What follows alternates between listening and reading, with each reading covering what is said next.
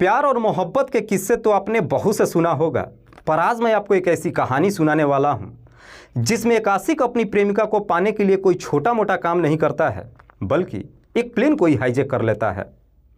लेकिन पुलिस जब अपराधी तक पहुंचती है और इस केस का जब खुलासा करती है तो वाकई में असलियत जानने के बाद हर कोई हैरान रह जाता है। नमस्कार, आदाब, मैं हसमुद्दीन और आप देख रहे हैं सफ़र क्राइम तक। आज की जो सच्ची घटना मैं आपको सुनाने वाला हूं, ये घटना है गुजरात प्रदेश के अहमदाबाद शहर की। हालांकि इस कहानी की शुरुआत होती है मुंबई के एयरपोर्ट से। बात कर रहा हूं मैं 30 अक्टूबर 2017 की। दरअसल मुंबई के एयरपोर्ट से जेट एयरवेज प्लेन जो दिल्ली के लिए 2:55 पर उड़ान भरता है, जिस प्लेन का नंबर है 9W339, जिस प्लेन के अंदर टोटल 116 पैसेंजर होते हैं। लेकिन प्लेन को अभी उड़ान भरे हुए आधा घंटा भी नहीं गुजरा था कि 3:20 पे प्लेन के अंदर एयर होस्टेस शिवानी मल्होत्रा जब टॉयलेट के अंदर जाती है तो देखती है कि उसके अंदर सारा टिश्यू पेपर खत्म हो चुका है, जिसे देखकर शिवानी को बड़ा अजीब सा लगता है कि प्लेन को उड़ान भरे हुए अभी आधा घंटा भी नहीं गुजरा, सारा टिश्यू पेपर खत्म कैसे हो गया। शिवानी कुछ सोचते हुए जब टॉयलेट से बाहर निकलती है तो अपने सहयोगी निकिता तनुजा के पास जाती है और जा करके निकिता से कहती है कि टॉयलेट के अंदर टिश्यू पेपर खत्म हो चुका है, जा करके रिफ़िल कर दो। निकिता जब टिश्यू पेपर लेकर के टॉयलेट के अंदर जाती है और जब उसे रिफ़िल करने की कोशिश करती है, वो खुलता ही नहीं है। निकिता को लगता है कि शायद उसके अंदर कुछ फंस गया है, इसीलिए निकिता उसे खोल देती है। लेकिन जब उसे खोलती है तो उसके अंदर से निकिता को 2 लेटर मिलता है, जो एक उर्दू लैंग्वेज में था तो दूसरा अंग्रेजी में।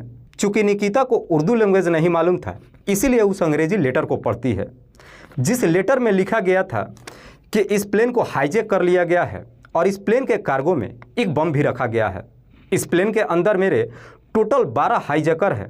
प्लेन को पीओके यानी पाकिस्तान अधिकृत कश्मीर में उतारा जाए, वरना इस प्लेन को उड़ा दिया जाएगा।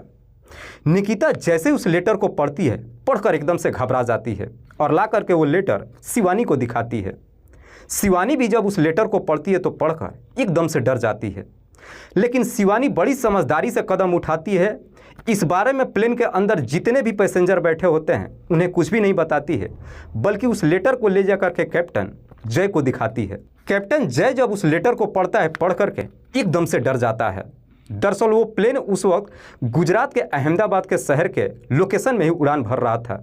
इसीलिए कैप्टन अहमदाबाद के एयरपोर्ट एयर ट्रैफिक कंट्रोल से कांटेक्ट करता है और सारी बात उन्हें बताता है। कहता है कि हमें इमरजेंसी में प्लेन को लैंडिंग करना होगा। इधर अहमदाबाद एयरपोर्ट को जैसी इस तरह की जानकारी मिलती है, तुरंत ही उसे लाइन क्लियर कर दिया जाता है। प्लेन अहमदाबाद के एयरपोर्ट पे ही उतार दिया जाता है। लेकिन प्लेन जैसे ही अहमदाबाद के एयरपोर्ट पे उतरता है, उससे पहले वहाँ पे एयरपोर्ट के पुलिस के साथ साथ क्राइम ब्रांच की भी पुलिस को बुला दी जाती है। हालांकि प्लेन जब सही सलामत लैंडिंग कर जाती है, सबसे पहले उस प्लेन के अंदर जितने भी पैसेंजर होते हैं सबको बाहर निकाला जाता है। उसके बाद से पुलिस जा कर के पूरे प्लेन को चेक करती है, लेकिन उसके अंदर पुलिस को कुछ भी नहीं मिलता है। पुलिस जब जा कर के कार्गो को चेक करती है तो उसमें पुलिस को कोई बम भी बरामद नहीं होता है। पुलिस अब उन 12 लोगों को ढूंढना शुरू कर देती है जो प्लेन के अंदर हाईजैकर थे। हालांकि जो 116 पैसेंजर होते हैं, पुलिस जब उन सबका डिटेल्स निकालती है तो मालूम चलता है कि सब ने जिन्होंने भी टिकट बुक कराया था सबकी डिटेल्स जेन्युइन थी, जिसकी वजह से पुलिस को किसी के ऊपर कोई शक ही नहीं जाता है। तब पुलिस को लगता है कि शायद कोई फेक कॉल था और किसी ने मजाक किया है। लेकिन सबसे बड़ी बात थी कि आखिरकार इस तरह की मजाक किया किसने था। पुलिस अब उस व्यक्ति के बारे में जानने के लिए एयर होस्टेस शिवानी से जाकर के पूछताछ करती है। तो शिवानी पुलिस वालों को जवाब देती है कि साहब, प्लेन के अंदर एक व्यक्ति था जिसने मुझसे कंबल मांगा था। 5 मिनट बाद मैं जब उसे कंबल देने के लिए गई, वो टॉयलेट जा चुका था। दरअसल वही व्यक्ति उस टॉयलेट में पहली बार गया था। हो सकता है कि उसी ने ही लेटर को टॉयलेट में रखा हो। पुलिस जब शिवानी से उस व्यक्ति के बारे में पूछती है तो शिवानी कहती है कि साहब, उस व्यक्ति का नाम है बिरजू सल्ला उर्फ अमर सोनी, जिसकी उम्र है लगभग 36 साल के आसपास। शिवानी जैसी इस तरह की बातें कहती है, पुलिस जा कर के बिरजू से पूछताछ करती है। तो बिरजू भी पुलिस वालों से कहता है कि हाँ साहब, ये सत्य है कि मैं टॉयलेट में गया था, लेकिन मैंने उस लेटर को नहीं रखा है। लेकिन पुलिस कोई चांस नहीं लेना चाहती थी, इसीलिए पुलिस अब बिरजू के बारे में खंगालना शुरू कर देती है। तब पुलिस को मालूम चलता है कि दरअसल बिरजू कोई छोटा मोटा व्यक्ति नहीं है। बिरजू जो सोना चांदी हीरे जवाहरात का एक बहुत बड़ा कारोबारी है जिसका मुंबई के दादर में अपनी एक दुकान भी है और मुंबई के ही पॉश इलाके में अपनी खुद की एक बहुत बड़ी कोठी भी है। दरअसल बिरजू अरबपति है।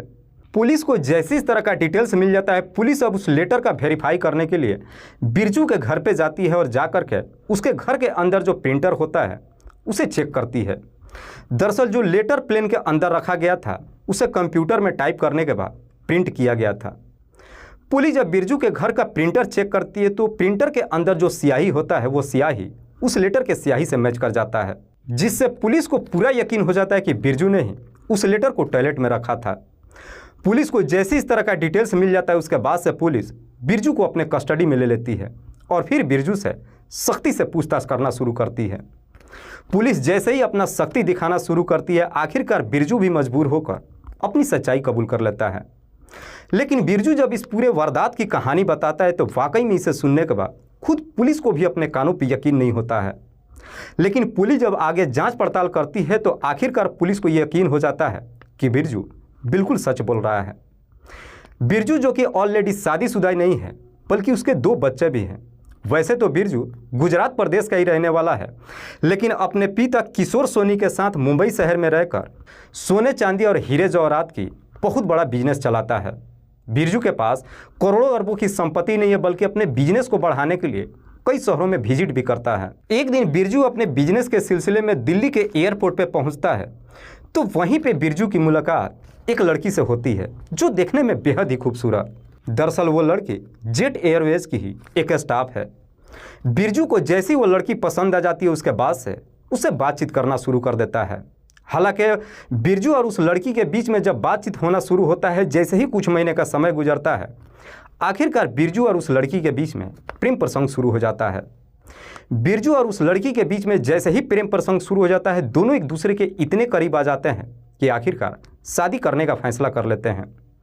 लड़की बिरजू से कहती है कि तुम मुझसे शादी कर लो, लेकिन बिरजू उस लड़की से कहता है कि मैं तुमसे शादी तो करूंगा लेकिन तुम्हें मेरे साथ मुंबई चलकर मेरे घर पे रहना होगा। लेकिन वो लड़की बिरजू को जवाब देते हुए कहती है कि मैं मुंबई में नहीं जा सकती हूँ क्योंकि दिल्ली में मैं रहकर नौकरी करती हूँ। इस पर बिरजू अपनी प्रेमिका को समझाते हुए कहता है कि तुम यहाँ की नौकरी छोड़ दो और मुंबई के एयरपोर्ट पर नौकरी ले लो। लेकिन बिरजू की प्रेमिका ना तो अपनी नौकरी छोड़ने के लिए तैयार होती है और ना ही दिल्ली शहर छोड़ने के लिए तैयार होती है। बिरजू अपनी तमाम कोशिश कर लेता है लेकिन उसकी प्रेमिका बिरजू की बात मानने के लिए तैयार ही नहीं होती है। बिरजू अपनी प्रेमिका से इस हद तक प्यार करता था कि उसे किसी भी कीमत पर छोड़ने के लिए तैयार ही नहीं होता है।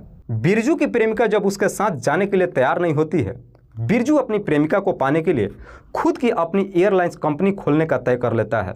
इस बारे में जाकर जब अपनी प्रेमिका से कहता है कि मैं अपनी खुद की एयरलाइंस कंपनी खोल देता हूं जिसका संचालन तुम करना, ये सारी बातें सुनकर उसकी प्रेमिका को हंसी मजाक लगता है। मुस्कुराते हुए उसे कहती है कि ऐसा तुम्हें करने की कोई ज़रूरत नहीं है, बल्कि मैं जो नौकरी कर रही हूँ वही ठीक है। बिरजू को समझ में नहीं आता है कि आखिरकार अपनी प्रेमिका को करीब लाए कैसे। जब अपनी तमाम कोशिश कर लेता है, उसकी प्रेमिका उसके साथ जाने के लिए तैयार नहीं होती है, तभी बिरजू के दिमाग में एक आइडिया क्रिएट होता है। दरअसल बिरजू सोचता है कि दिल्ली की जो जेट एयरवेज कंपनी है उसे बदनाम कर देता हूँ। लोगों को जैसे ही मालूम चलेगा उसके बाद से वो कंपनी बंद हो जाएगी। इस वजह से उसकी प्रेमिका की नौकरी भी चली जाएगी और फिर वो मुंबई आने के लिए मजबूर हो जाएगी। बिरजू के दिमाग में जैसे इस तरह का आइडिया आ जाता है, उसके बाद से 30 अक्टूबर 2017 को बिरजू जब मुंबई से दिल्ली के लिए सफ़र करता है, प्लेन के अंदर अपने काम को अंजाम दे देता है।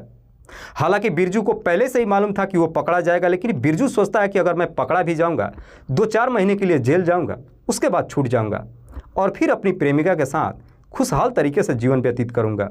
लेकिन बिरजू को शायद नहीं मालूम था कि घटना से ठीक 1 साल पहले साल 2016 में गुजरात सरकार के संसद में एक नया कानून बनाया गया था जिसका नाम है एंटी हाईजैकिंग एक्ट। दरअसल इस एक्ट के तहत कोई भी अगर प्लेन को नुकसान पहुंचाता है या फिर किसी भी सवारी को कोई भी नुकसान होता है, उस अपराधी को मौत की सज़ा दी जाएगी। या फिर कोई भी प्लेन के साथ हंसी मजाक या फिर छेड़खानी करता है तो फिर उसे उम्र कैद की सज़ा दी जाएगी। वाकई में बिरजू जब ये पूरी कहानी पुलिस को बताता है, उसके बाद से एनआईए की टीम उसे अपने कस्टडी में ले लेती है और ये केस चलने लगता है। करीब 2 साल के बाद 11 जून 2019 में एनआईए के स्पेशल कोर्ट में इसका फैसला होता है, जिसमें कोर्ट अपना फैसला सुनाती है कि बिरजू को उम्र कैद की सजा ही नहीं दी जाती है, बल्कि उसके ऊपर 5 करोड़ रुपए का जुर्माना भी लगाया जाता है। साथ ही साथ उसकी जितनी भी संपत्ति है सबको जब्त करने की इजाज़त दी जाती है। साथ ही साथ ये भी इजाज़त दी जाती है कि बिरजू से जो 5 करोड़ रुपये वसूला जाएगा, उन 5 करोड़ रुपयों को प्लेन के अंदर जितने भी लोग मौजूद थे उन सबके बीचों में बंटवारा कर दिया जाए। कैप्टन को 1 लाख रुपये, जितने भी एयर होस्टेस है उन्हें 75 हज़ार रुपये और सवारियों को 25 हज़ार रुपया दिया जाए।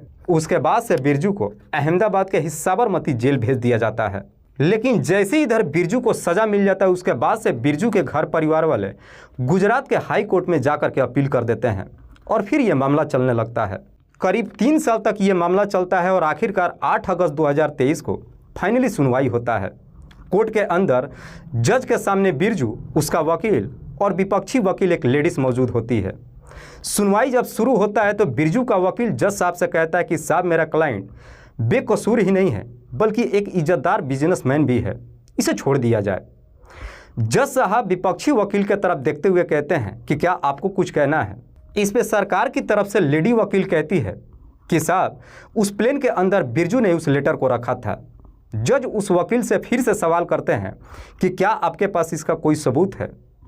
इस पे लेडी वकील जवाब देते हुए कहती है कि साहब, सबूत तो नहीं है, लेकिन प्लेन के अंदर जो एयर होस्टेस शिवानी थी, दरअसल उसी ने बिरजू को टॉयलेट से आते हुए देखा था। जज साहब उस लेडी वकील को जवाब देते हुए कहते हैं कि एक लड़की की गवाही पे तुम लोगों ने एक व्यक्ति का 8 साल का जीवन बर्बाद कर दिया। क्या इसके अलावा आप लोगों के पास कोई दूसरा सबूत है? लेडी वकील जज साहब को जवाब देते हुए कहते हैं कि हाँ हजूर, जो लेटर मिला था उसका स्याही बिरजू के घर के प्रिंटर के स्याही से बिल्कुल मैच करता है।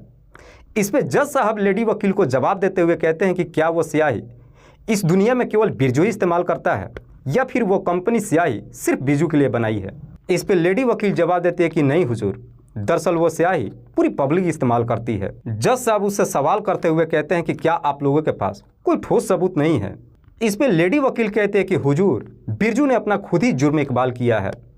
लेडी वकील जैसे इस तरह की जवाब देती है, अब जज साहब बिरजू से पूछताछ करते हैं कि क्या तुम्हें अपना जुर्म कबूल है। इस पे बिरजू जज साहब को जवाब देते हुए कहता है कि नहीं हुजूर, मुझे अपना जुर्म कबूल नहीं है, बल्कि पुलिस ने मुझसे जोर ज़बरदस्ती से ये जुर्म कबूल करवाई थी। बिरजू जैसे इस तरह की जवाब देता है, अब जज साहब अपना फैसला सुनाते हैं। जज साहब अपना फैसला सुनाते हुए कहते हैं कि बिरजू बेकसूर ही नहीं है, बल्कि जितनी भी उसकी संपत्ति जब्त की गई है वो सारी वापस की जाए। साथ ही साथ बिरजू को जो 5 करोड़ का जुर्माना लगाया गया है वो 5 करोड़ रुपया भी वापस किया जाए। अगर गुजरात सरकार वो पैसा उन लोगों से वसूल कर लेती है तो ठीक है, अगर वसूली नहीं कर पाती है तो गुजरात की सरकार ये 5 करोड़ रुपया अपने जेब से भरेगी। आखिरकार 8 सालों बाद बिरजू सही सलामत अपने घर पहुंचता है। बिरजू को अपनी प्रेमिका तो नहीं मिलती है, लेकिन अपनी प्रेमिका के चक्कर में उसे 8 साल जेल के अंदर रहना पड़ जाता है। दोस्तों, इस पूरी घटना के बारे में आप क्या सोचते हैं? आप अपनी राय हमें कमेंट बॉक्स में ज़रूर दीजिएगा। जाते जाते मैं आपको बता दूं कि कुछ मेरे व्यूवर्स हैं जो रोज़ाना मेरे इस वीडियो को देखते ही नहीं हैं, बल्कि अपना कीमती समय निकाल कर मुझे अपना प्यार भी देते हैं। जिनमें से एक का नाम है मेहदी हसन। मेहदी हसन जो दुबई में रहकर अपनी नौकरी करते हैं और वहीं से मेरी इस वीडियो को देखते हैं। दूसरे मेरे व्यूवर हैं रेखा चौहान। रेखा चौहान जो गुजरात प्रदेश की रहने वाली हैं। तीसरे मेरे व्यूवर हैं साहिल खान जो दुबई से ही रहकर मेरे वीडियो को देखते हैं।